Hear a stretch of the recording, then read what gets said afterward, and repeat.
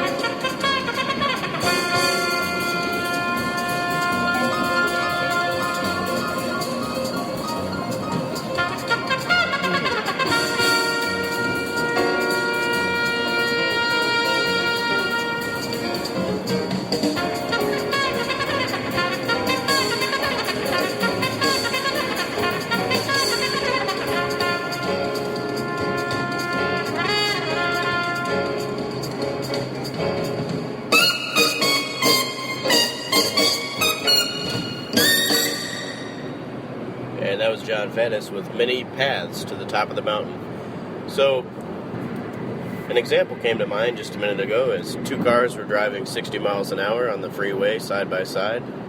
A third lane popped up and opened up in between two exits. And it was a good way to circumvent the two of them that just wanted to dance together all day long and pass them both. Perfectly legal, used my signal, dotted lines, etc. Now there are some paths to the top that don't really lead you to the top.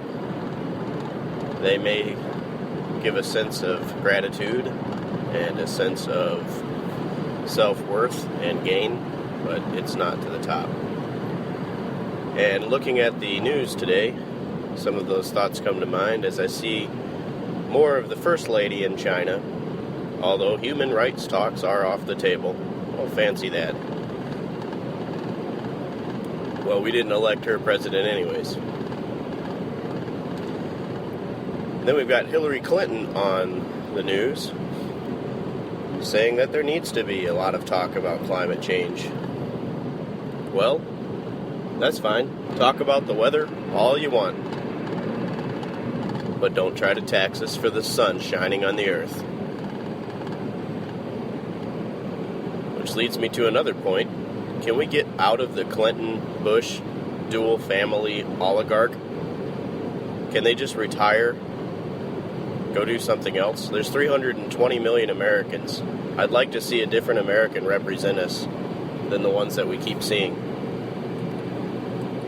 And another point that comes to mind is the fact that when I first became awakened to the fact that the news was mostly state-run, every now and then you get some real stuff that slips through, but it was when I noticed that on the weekends, news broadcasting was just filler material. They started putting on Oliver North for an hour or two on Fox News with old war stories, and I'm thinking, well, how can you call yourself a news channel if nothing's going on this weekend? Oh, and then Monday morning we've got all of this breaking news. Well, no crap. I mean, for 48 hours there was nothing but replays, reruns, fluffs, old Bill O'Reilly highlights. Are you kidding me? He's not pompous. And so that's when I realized. But even today, I look at the Drudge Report, and it's the same material that's been on there for a couple days now. So I have to look at it as such, like, well, reporters need a weekend off too. But then there are some other mainstream internet news companies that do produce news on the weekends. I'll see new things on prisonplanet.tv. I'll see new things on infowars.com, World News Alternative Media Networks, etc. And it just goes to show that it's not alternative to have people out in the field and tweeting news on the weekend. Are you kidding me? Are you telling me that 5 days a week there's things that happen in the world, and then there's 2 days a week every week of the year, equaling about 104 days that nothing happens? Really, a third of the year, nothing happens. And then somebody could take a counter-argument to this whole topic and say, well, stuff does break on the weekend. We've done stuff on the weekend. Yeah, but you know there's a whole lot of truth to this discussion. And certainly, if there's a tornado that pops up on a Saturday evening, I know it gets played. I know. And so, you've got this whole paradigm of news and journalism that really is just a front for a lot of this weird stuff that goes on in government. How they want to shape policy and shape the mindset of the populace as to what's really taking place. If you haven't watched The Hunger Games, you should check it out because you see a lot of parallels to real life. And judging by the role that Seymour Hoffman played, you know, it didn't really seem like much of a surprise that he passed away after making those movies. The role that he played was a rebellious role against the government. And I know that leads into a whole lot of discussion that there may not be any fact behind, but it's interesting anyways. But he played a great role. He played the role of a true liberty lover in the Hunger Games, and he didn't want to see the people die for no reason, except they wanted the people to die as a token offering, such like they would have had in tribal days, so that then the government would never have uprising or rebellions. But in the end, it creates a rebellion. And you see a lot of the same police state entities as they're trying to roll out in America now. Oh, it's all for our protection, of course. So is giving us low-wage jobs. Don't bring up minimum wage, because a lot of people are going to get fired and a lot of businesses won't hire.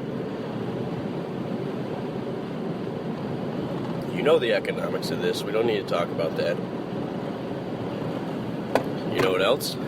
Your McDonald's hamburger is going to go up in price too if they raise minimum wage, because the business owner is going to want to make sure that he doesn't lose his profit. And why should he? They keep playing with the dollar bill. They keep playing with it. A deflationary period's going to set things straight if it ever comes into play. And if you listen to Harry Dent, financial analyst, he's got a lot of good things to say about a deflationary period. And I happen to agree. And that's why a prepared person can have good times when the economics swings up and down. And you notice the people that run the Fed, which isn't a part of our government, mind you, they do well when things are up and down. They're the ones pulling the yo-yo string. They know where to move this and where to move that so that they're protected. And that's what happens when you hold the strings to the game. But like I said, there's many paths to the top. Are you on a good path or a bad path? Let's go into a different song by John Faddis. This is going to be Sir Bourbon, an old tune and a cool tune.